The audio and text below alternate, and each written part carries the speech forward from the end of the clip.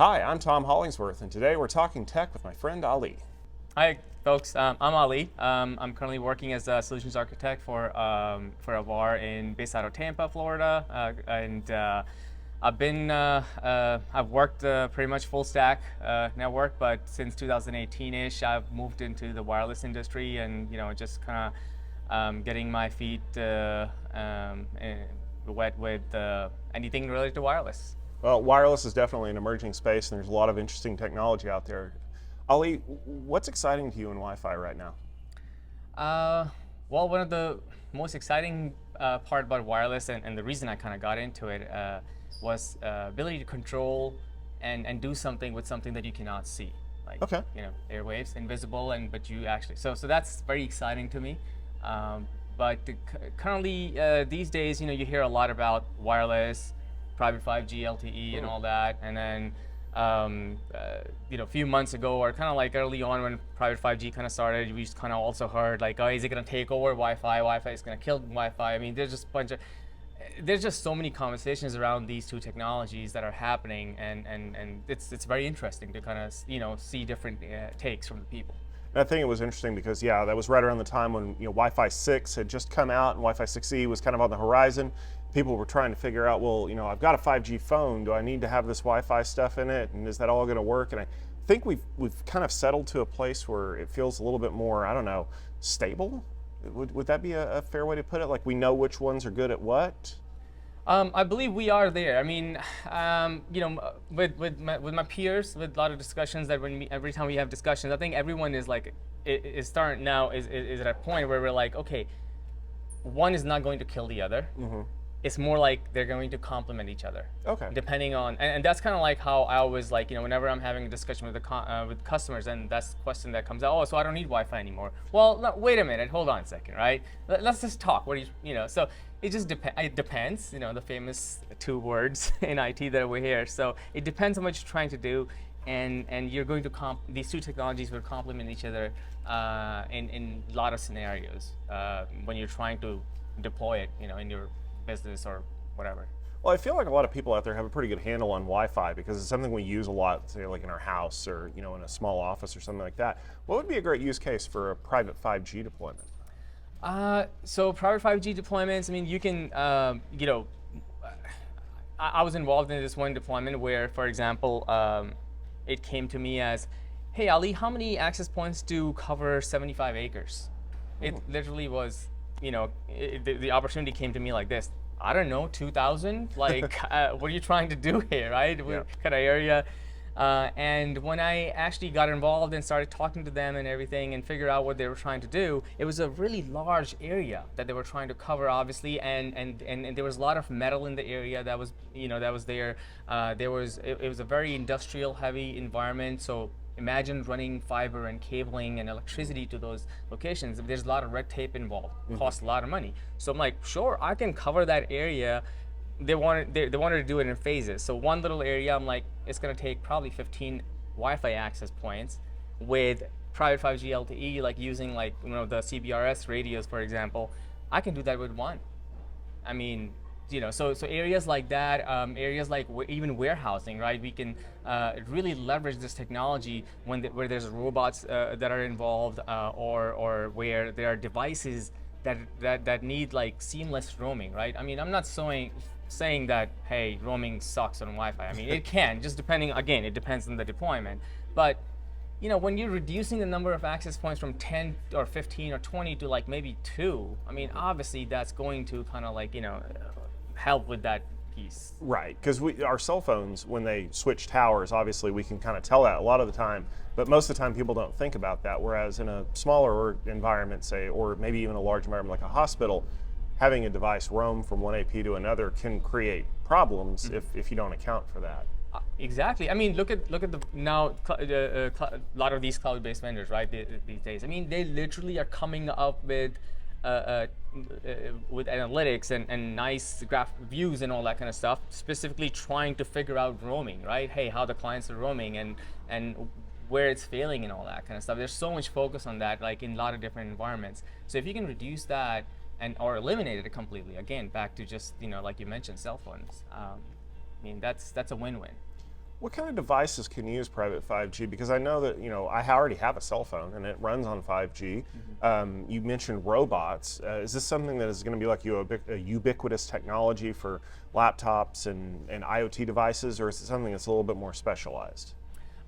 So obviously the client devices will need to support it. I mean, I'm primarily I'm talking about, for example, CBRS, Band 48, for example, right now, right? So not many device. I mean, there are a lot of devices that do support it, obviously, but you have to make sure that your clients do support it, right? For example, earlier that example that I used, immediately I asked my customer, have you bought the clients yet? He's like, no. I'm like, okay, hold off.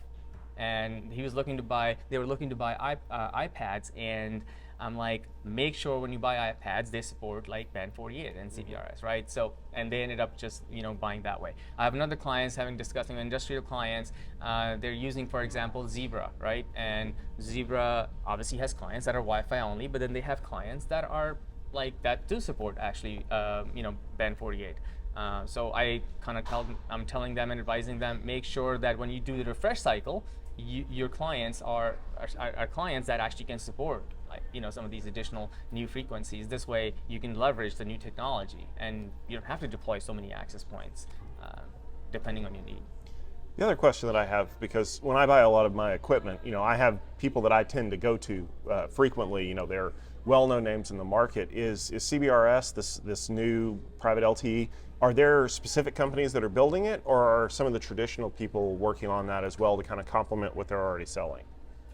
I mean, Solana is one of the big names that are out there, kind of and my initial kind of I guess experience was with Solana. Now there's other companies that are doing it. I mean, they're popping up in different places. Recently, Aruba acquired a company too that obviously, so they're getting into the 5G, private 5G LTE space also. Cisco, I believe there was a company on one of the mobility field days that is partnering up with Cisco and doing something like that. I just can't remember the name. So just a bunch of companies that are actually coming up and trying to innovate and coming up with different ways to provide their service to the customers, right? It still has, I mean, it's still evolving. There's still a lot more needs to be done in it, I think, to kind of because one of the biggest thing that comes my way is from the customers. Well, can I seamlessly switch between Wi-Fi and CBRS? Well, not really. I mean, in warehouses, it's SSH or Telnet sessions back to the mainframe or their servers, for example. I'm like, yeah, if you're expecting that session is gonna stay and not break when it switches between the two, no, that's not going to happen. That session is going to break, right? So, gotta make sure that people know and understand that when you're selling it or when you're buying it, some of these things. It sounds like it's a lot of setting proper expectations for your potential customers so that they don't just go and go, oh, well, same, I get one, I get the other, everything's happy. But you have to kind of help them understand what's behind the technology. It's not just, it has a symbol on it that says that it'll work.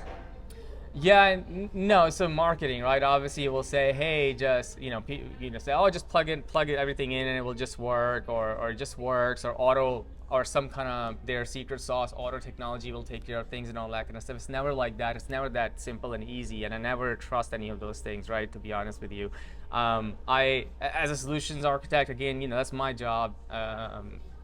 Make sure that you qualify a customer. So, believe it or not, I learned this actually when I used to work at Home Depot a long time ago. I took a couple of days of sales skills class and everything, and one of the key word it's still in my mind, they said, is you got to make sure you qualify a customer, right? And you have to make sure, and which means you listen to the customer, their business and technical needs, and you figure out what they're trying to do. There might be times when, sure, you can sell them something and make a lot of money, but is it good for that customer? No, it's not. Right, so at that point you need to kind of put a stop at it. You might lose that sale at that point, but you have to do right, with the customer to make sure if they don't need that technology or if it's not going to work for them, don't sell them. Don't go that route. I think that's a pretty fair assessment of it. I mean, that's the way that I always did it back when I did the sales aspect of things. It's I'm not going to tell you what you should buy from me. I'm going to tell you what you need to buy. Yeah. And if you happen to buy it from me, then great. But I also ended up with a lot of happy customers. Maybe not so much with happy salespeople, but I don't get paid on happy salespeople. I mean, so my take is if you make your customers happy, they will come back at you, even if maybe that specific thing did not work with you and they ended up going elsewhere because you either are not partners with them or you don't sell that technology or you don't have the skill set for it or whatever.